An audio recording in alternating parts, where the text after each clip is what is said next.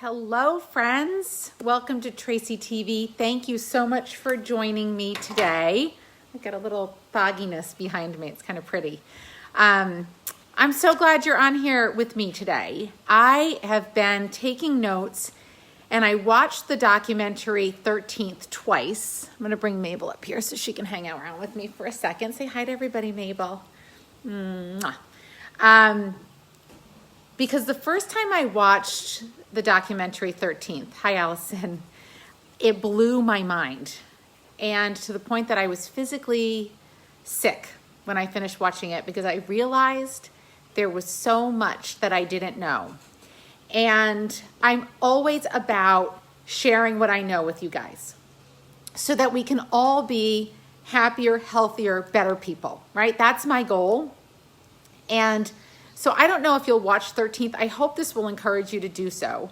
But if you are not going to watch it, I'm hoping with this short little TraceyTV, I can educate you on the things that I learned that I didn't know. And I think every year as I get older, I realize that I don't really know that much at all. And sadly, this is one of those situations where I really just didn't know. And I will just say, when I say, the idea of being ignorant, this stuff was not taught in my early childhood education. A lot of the stuff that's happened, I lived through as it was happening, so I didn't see it. It's only sometimes when you reflect back on things that you understand kind of the chain of events, especially as a white person in this country where you're not being directly affected by it. And so, fellow white people, I encourage you to just get educated with me. So I'm going to go ahead and give you a couple of statistics. I'll quote some things. I've got my notes, so I've got my glasses on. But in 1972, there were 300,000 people in prisons. Hey, Terry, 300,000 people in 1972. Today, there are 3.2 million people in prisons, okay? So one of the great quotes in the beginning of the documentary says, history is not just stuff that happens by accident. We are the products of the history our ancestors chose if we are white. If we're black, we are a product of the history our ancestors most likely did not choose. Okay, that's where it starts. And yet we are here all together, right, with a set of choices that we have to understand if we're ever going to remedy it. So I'm going to start with the main premise and then kind of track it through. I'm going to give you 3 takeaways, but there are so many more. But number 1 is understanding the 13th Amendment, okay? So the 13th Amendment grants freedom to all Americans, but there are exceptions, including criminals. So you are free unless you're a criminal. And if you're a criminal, you can go, the government can put you to work, okay? So this is a major loophole. This is a major loophole. So after the Civil War, right, the South is in tatters. 4 million people that used to be property and were an integral part of the economy are now free. So what ends up happening is black people who are now free start to get massively arrested for extremely minor crimes like loitering and vagrancy, so they can be used as labor to help rebuild the economy of the South. Okay, and that's when you start to see the chain gangs. So from the very beginning, right, the moment we free Black Americans, the moment we free Black people, we immediately find a way to put them back into a free labor system. Okay, that's what ends up happening. There's a movie called Birth of a Nation that is really, it's highly disturbing in many ways. But what it starts to do is it starts to sensationalize the idea that Black people are criminals and that they're dangerous to society. And this is something that really is done to help preserve and rebuild the economy. So this is an important thing to understand that we collectively did to our fellow Black Americans right after slavery ended. Okay, so that's the first thing. So that happens, and then you're gonna move forward. There ends up being all of these horrible things like mass lynchings and all this terrible stuff. So we move forward, and so they decide to kind of combat all of the social unrest. They're going to create the Jim Crow laws, right? So Jim Crow laws. I'm going to loop number 2. So that's number 1 is the 13th Amendment. Number 2, I'm going to loop together Jim Crow laws and the war on drugs, because they're all part of this kind of social evolution that happens. And so Jim Crow laws, I think we all know, is legal segregation, right? So that's, so dehumanizing. We can't even go there in this conversation. But what it leads to, what segregation led to was civil rights, okay? And civil rights happened at the same time as women's rights and the anti-war movement. And also at the same time, this was a really good thing to know, at the same time, baby boomers were growing and our population was growing. So our rise in crime, which was, I don't know specifically, but it all happened kind of at the same time, that there was the rise in crime, but the population was also increasing. So the crime was rising with the population. And this is not political, okay? I'm gonna run through all of the different presidents and what happened here. The Nixon administration starts to begin the war on crime. And the war on crime really is tied into the government trying to squash the social unrest that's happening because of civil rights and women's movements and anti-war crimes, anti-war movements and all that stuff. This is a quote that I want you to take away. So this is John Ehrlichman. He's a domestic affairs advisor for Nixon. What he said is, you understand what I'm saying? We couldn't make it illegal to be either against the war or black, but by getting the public to associate the hippies with marijuana and the blacks with heroin, and then criminalizing both heavily, we could disrupt those communities. That is a direct quote from someone who worked in the Nixon administration. Okay, let that sink in. So I want to try to go through this pretty quickly so that I'm not on here for like a half an hour, but the big thing that I want you to think about is, first of all, we treat drug use, it's going to make me cry, as a crime and not an addiction. And that is our number one thing that we've got to fix. Second, during this time, they put way, way harsher sentencing on crack cocaine, which is a smokable version of cocaine, right? But still cocaine, than actual powdered cocaine. Crack cocaine was an urban city problem. Cocaine was a white people problem. And there's a quote from Newt Gingrich that says one of the biggest mistakes we made was not treating those both the same.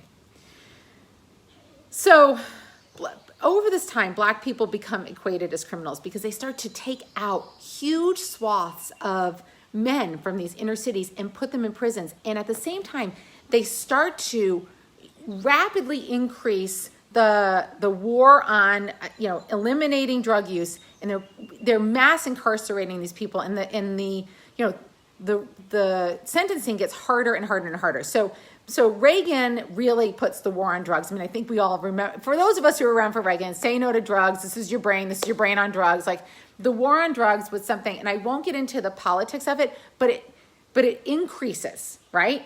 And so then the Clinton administration doubles down again. So see, I'm being politically neutral here, with 3 strikes you're out and mandatory minimums.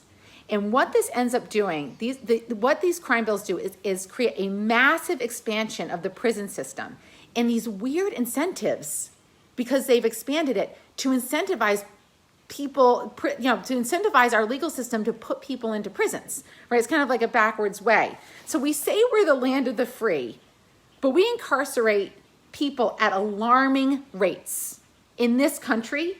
And there's a huge bias towards people of color. Okay, this is the other quote that I want to give you as a takeaway. We have in the United States 5% of the world's population, but 25% 25% of the world's prisoners. That doesn't make any sense at all. Okay, so those are the two. So that's number one and number two. Okay, so number one is the 13th Amendment. Number two is understanding the arc that segregation led to civil rights and then a desire to, quiet civil rights groups and other groups, and that's how this is how this policy started to get created, right? Okay, number three, and this is the doozy, is private prisons. And I remember my husband looked at private prisons when he's an investor, and was horrified by what he saw. But he looked into it as an investment because it's a huge investment. He didn't invest in it. It was a couple years back. Okay, so I'm going to start with the Corrections Corporation of America, CCA. This is a private prison corporation. They make contracts with states. And then the states, I want you to get this, were required to keep those prisons full, even if no one had caused a crime, had done a crime. They were required to keep those full. In the late 80s and early 90s, this private prison system became a growth industry. This is a quote from the movie, from the documentary, a growth industry like very few growth industries in America. It was a model that was guaranteed to succeed. So all that legislation, and there's so much in there that it's hard. I really suggest you go watch it so you can see all the other pieces. But all that legislation, 3 strikes you're out, mandatory minimum sentencing, were the ones that were created to kind of create the flow into the prisons, right? And you start to see that there's puppeteers behind the scenes kind of making all this stuff happen. CCA is a multi-billion-dollar company, and they helped shape the policy to make sure that as many people as possible stay in prison. They hold federal contracts to also house detained immigrants. That's also part of the private prison system. Okay, so the last piece that I'll say to you, because this I think for me is the full loop, is we are profiting off of prisons. Prisons are profit institutions.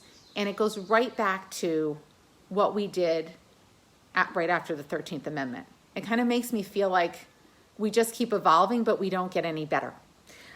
So there's a vast sea of vendors that profit from prisons. Telephone service providers.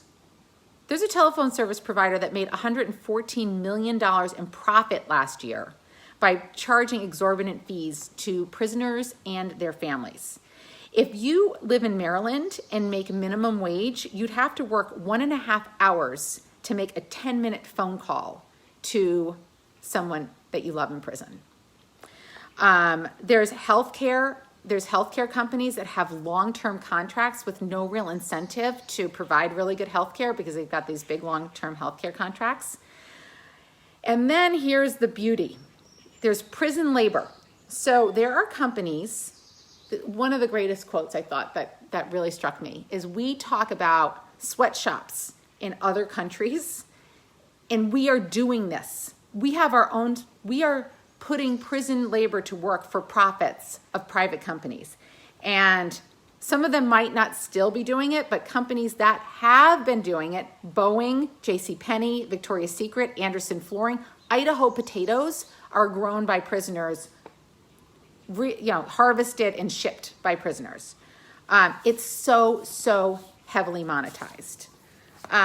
So those are the 3 main things. The last thing that I'll say is 1 in 3 Black men are expected to be incarcerated.